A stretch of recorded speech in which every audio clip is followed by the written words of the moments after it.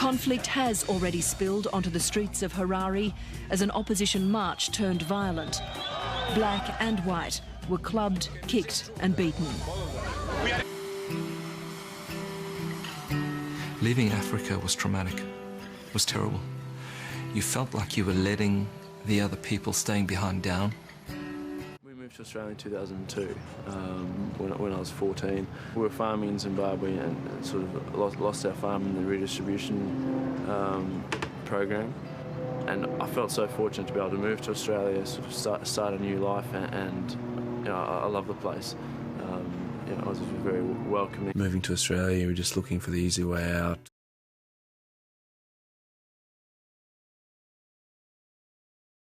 I've got this opportunity, I've got this sport, and there's other things that I can control.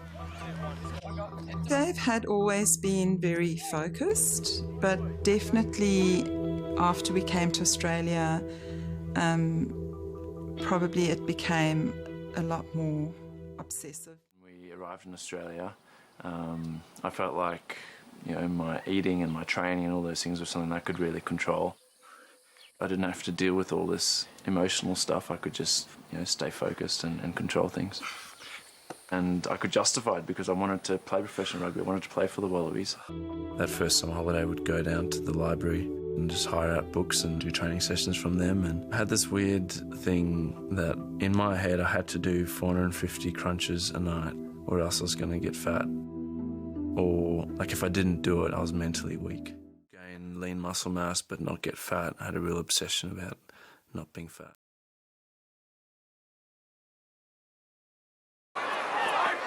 In year 11, he injured his knee and he was very disappointed straight away to have that injury.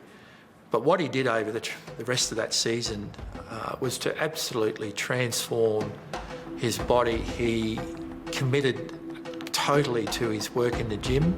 He was 78 kilos when I met him, and by the time he had come around to play first 15 in 2005, he was about 90, 95 kilo.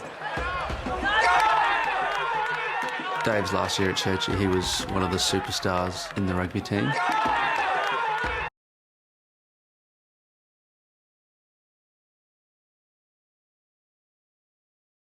And they offered him a contract, and yeah, he left home and became a professional at 17. Young. Here's a chance. Quick hands. Pocock for the corner! How many 20-year-olds make their test debut in a Bledisloe Cup match in Hong Kong? Getting the opportunity to represent Australia and play for the Wallabies was really a dream come true. That had been the drive for so many years.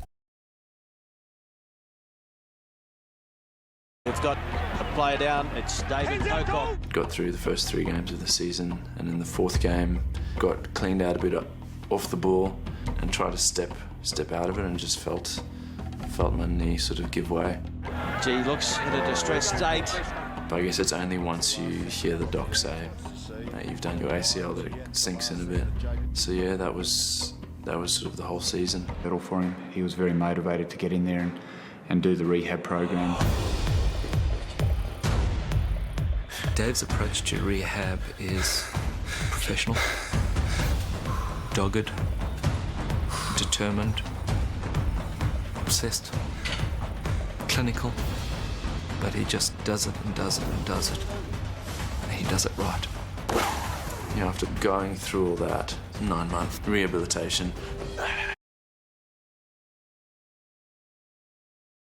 He just didn't have any luck. Second game of the season, he picked up exactly the same knee injury. yeah, bitterly disappointed, but life goes on. The second rehab really gave me the space to try and explore different parts of myself. Super heaps. I'd been asked to get involved with a few things that were maybe a little bit controversial, and I'd always just sort of hidden behind the thing of, oh, I'm too busy, I've got commitments, all this kind of things. But really, they were, you know, something that I feel really passionate about. After rehab in the morning, I'd often come and just spend some time planting or whatever, weeding. Pocock has 5 points. He came back in 2015 in perfect condition, both mentally and physically. I was amazed at how good he actually was. And here comes Pocock against his old... The breakdown again, it's number 8, Pocock. He is brilliant. Pocock in there again. Oh, it's Pocock. And Pocock